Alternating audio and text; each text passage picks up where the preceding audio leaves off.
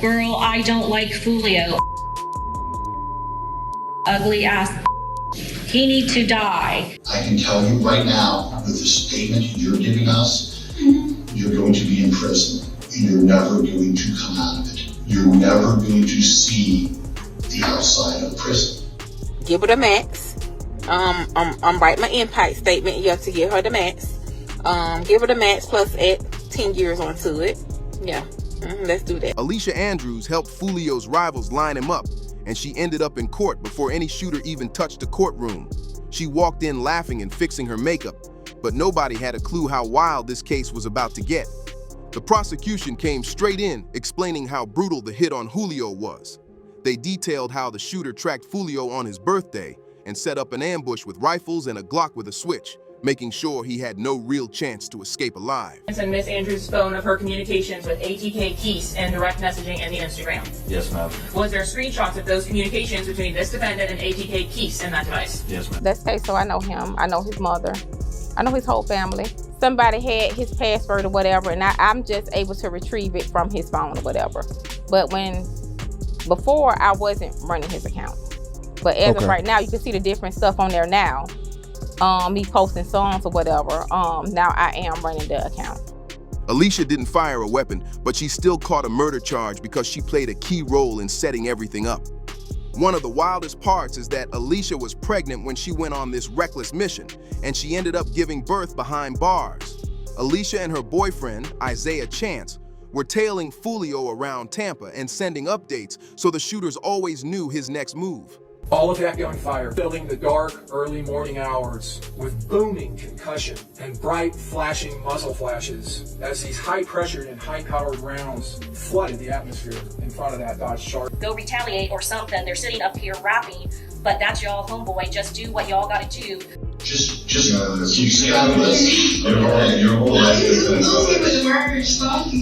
if you think your boyfriend loves you, your boyfriend used you in this. He knew. He's smart on these things. You were at the hotel where Foolio was murdered at the exact same time that he was murdered. Okay? Sweetie, the reason we're showing... We're aware that Aaliyah was with Charles Jones when he was shot and killed? Yeah. All right. And that was despite the fact that Aaliyah dated someone that Charles Jones rapped about killing. Okay. You aware of that? Yeah. All right. Alicia and Isaiah were the ones who spotted Foolio sitting outside a hotel in his car, and just seconds later, the shooters pulled up and took his life. They were spraying nonstop, and when you see the condition of Foolio's whip after the hit, it's obvious there was no real way he was making it out once that car rolled up. Foolio was chilling in the passenger seat with his feet kicked up on the dash when shots started tearing through the car. He tried to climb into the back seat, but a 5.56 round hit him in the chest and went straight through his heart. Even after that, he was still fighting to move, but then 2 more shots hit him in the back, and one of them tore into his liver. The whole hit looked sloppy on camera, but the crew had been plotting for a long minute, and Alicia Andrews helped them line up an Airbnb in Tampa. One of the shooters, Sean Gathright, got caught on security footage inside his own house, showing him and Isaiah Chance loading massive bags into their cars before driving out to Tampa to take Julio out. Every single one of them got tracked by cameras, plate readers, and phone towers from Jacksonville all the way to Tampa. Alicia was even seen hitting a McDonald's in Tampa just hours before Foolio was gone. When the trial kicked off, Alicia's lawyer tried to claim she didn't know any of the shooters and that she was just on a casual weekend trip with her boyfriend Isaiah Chance with no clue they were in town to target Foolio. From the start, it was obvious her story was capped, but nobody expected how wild the courtroom drama was about to get or how hard the state was ready to press her. The first witness was a woman who had been at the hotel when Foolio got killed. She was chilling with Julio's crew that night, and she only avoided the shooting because she stepped inside the hotel to use the bathroom. The wild part is that this witness used to date one of Young and Ace's brothers, T. Trayvon, and back in the day, T. Trayvon got killed right in front of Ace. Keep out of the streets if you're in it, stay away from it if you're not. What about you? I'm far away from them. You've experienced a lot of death. Like, I mean, I know you guys didn't get along like that, but it's like... We were best friends. I was in the bed crying and shit like, damn, niggas out here, like, shit crazy. You shed a tear? Multiple. After all that, she eventually ended up rocking with Julio's side instead. Then one of Alicia's close friends hit the stand, and that's when the whole trial started spinning out of control for Alicia. Prosecutors pulled up some old texts Alicia sent back in 2021 where she said 1,208K needed to be sliding and that they should be killing more of their ops. Alicia's legal team tried to paint her like she didn't know anything about the street beef, but her own people ended up shutting that down and proving that storyline was straight capped. I mean, is around what 100? I heard that. I heard 50 one time. I heard 80 one time. Yeah, I heard a lot of shit. You know what I'm saying? I ain't no telling if it's true or not, but I heard a lot of shit. That's something you can't really speak about. Oh, you gotta, okay. you know what I'm saying? You just gotta go to Florida and just, you know what I'm saying? It's certain stuff that how you do, like you sleep in the graveyard for like 3 days, 4 days to a week. Drink chicken, like animal blood. It's different stuff though, like, you know, like, you know? I mean, a lot of, what's the Youngin Ace? His boys. Yeah, been dropping like 6, 7. In another 2021 text, Alicia told her friend she couldn't stand Leo and said he needed to die. One of Alicia's homies had just been killed, and the beef between 80K, 1200, and 6 Block was already going crazy, and Alicia knew exactly what was happening out there. The shooters were putting in real effort to catch Foolio lacking, but the wildest part was how sloppy they were on this whole crash-out mission. One of the shooters tried running from police and got tased, and when detectives started digging through phones, they found out one shooter had actually texted his homies photos of the burner phone he bought for the hit. They even had pictures of the guns they used to kill Julio, and nobody bothered deleting anything after the hit went down. Prosecutors wanted to prove the murder wasn't random at all, so they brought in a gang detective who laid out the entire beef between Foolio, 6 Block, AK, and 1200 right there in court. Alicia Andrews wasn't making diss tracks, but investigators showed she knew everyone tied into the war, and they exposed how AK and 1,200 had already tried to take Foolio out several times before.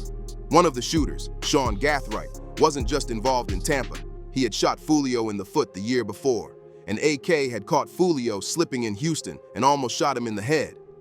The state even brought up Fast Money Goon's lyrics on Who I Smoke, where he rapped, "I was lurking on his page and I caught him lacking in Houston. We let off shots, he got shot and went live. I was tweaking like, fuck man, that Basanks ain't died." Prosecutors used that to show the beef had been active long before Tampa. Then they played Foolio's own music videos where he dissed AK and 1200's dead members with lines like, "Went out to eat on his birthday, folks shot 3 dead in the worst way, and he kept dissing on me, now he's smoking 23. Prosecutors also pulled up Young and Ace's lyrics on Game Over to show AK and 1,200 had been tied to Foolio's death from the start, and they weren't hiding their side of the story at all. Game Over dropped right after Foolio was killed, and Ace rapped lines like, "Once 23 died, inside my eyes I lost my mind. Karma do it, all I know, get back, do it with time. 5.56 increase the murder rate, another body on the way. Mask on, get up close, this is another closed case. Don Julio shots to the face. 5 in the morning I got a call, what is this? Dead on the floor, dead on arrival, Mr. 6. The timing of that track had the courtroom locked in instantly. Alicia's defense kept pushing the idea that even if she knew the shooters, that didn't make her guilty, but she showed up all over security footage following Foolio around the night he got killed. Her team tried to say she didn't really understand what her boyfriend and his people were plotting, but detectives uncovered that Alicia had been DMing other AK members on Instagram. Alicia was even tapped in with Julio's old homie K Shorty, which made it clear she knew exactly what was happening in the streets and who was beefing with who. By this point, it was looking like Alicia was getting boxed in hard, so her defense team tried switching the whole strategy and tried to push the heat onto another woman. One of the witnesses at the hotel when Julio died was a woman named Aaliyah, the same Aaliyah who used to date Young and Ace's brother Trevon back in the day. Alicia's lawyers tried a wild angle and asked one of the detectives if they ever investigated Aaliyah, saying she had a motive to kill Julio too. That move flopped instantly, and the next evidence the state brought in against Alicia was even more chaotic. When cops went through Alicia's phone, they found photos snapped right outside one of the clubs Foolio had been at the same night he got killed. Sean Gathwright's phone had heavy evidence too, and Rashad Murphy, one of the shooters, used Sean's phone after the hit and sent a message saying, "I'm coming home. My thirst is quenched. I love you, Murphy." That message had the whole courtroom frozen. Alicia and the crew were getting exposed non-stop, but she kept smiling and laughing the whole time while detectives laid out exactly how she helped set up Foolio. Alicia was helping Isaiah Chance tail Foolio all around Tampa, and she was literally sharing her live location to the car full of shooters so they knew exactly when to move. Just a few minutes before the shooters pulled up to the hotel and killed Foolio, Alicia sent out that live location, and that's how they caught Leo lacking. On top of that, Sean Gathwright was trying to line Foolio up through another woman that same night. He was trying to figure out where Foolio's Airbnb was, and he wanted a woman he knew to help him get the exact spot. Those texts made it crystal clear the shooters were actively hunting Foolio down and using every angle they could. During the trial, they played Alicia's first interview with detectives, and when they showed her clear proof she was at the hotel when Julio got killed, she just tried to laugh it off like nothing was serious. Detectives laid everything out, her phone records, videos showing her tracking Leo around town, and all the details about Isaiah Chance's beef with Leo in 6 Block, but Alicia still tried acting like she didn't know anything at all. It looked like Alicia was doing everything she could to protect Isaiah Chance since they were dating, even when the truth was right in her face. One of the wildest parts of this whole crash out is that Alicia was pregnant with Isaiah's child while they were out in Tampa following Foolio around. Detectives even told Alicia that Isaiah was just using her, but she kept trying to hold him down anyway. One detective straight up told Alicia Andrews that if she didn't cooperate, she could be facing a life sentence. But even then, she still refused to give up any real information on Isaiah or the shooters. Alicia spent the entire police interview lying about things detectives already had evidence for. But once the trial started, every single lie got exposed in front of the jury.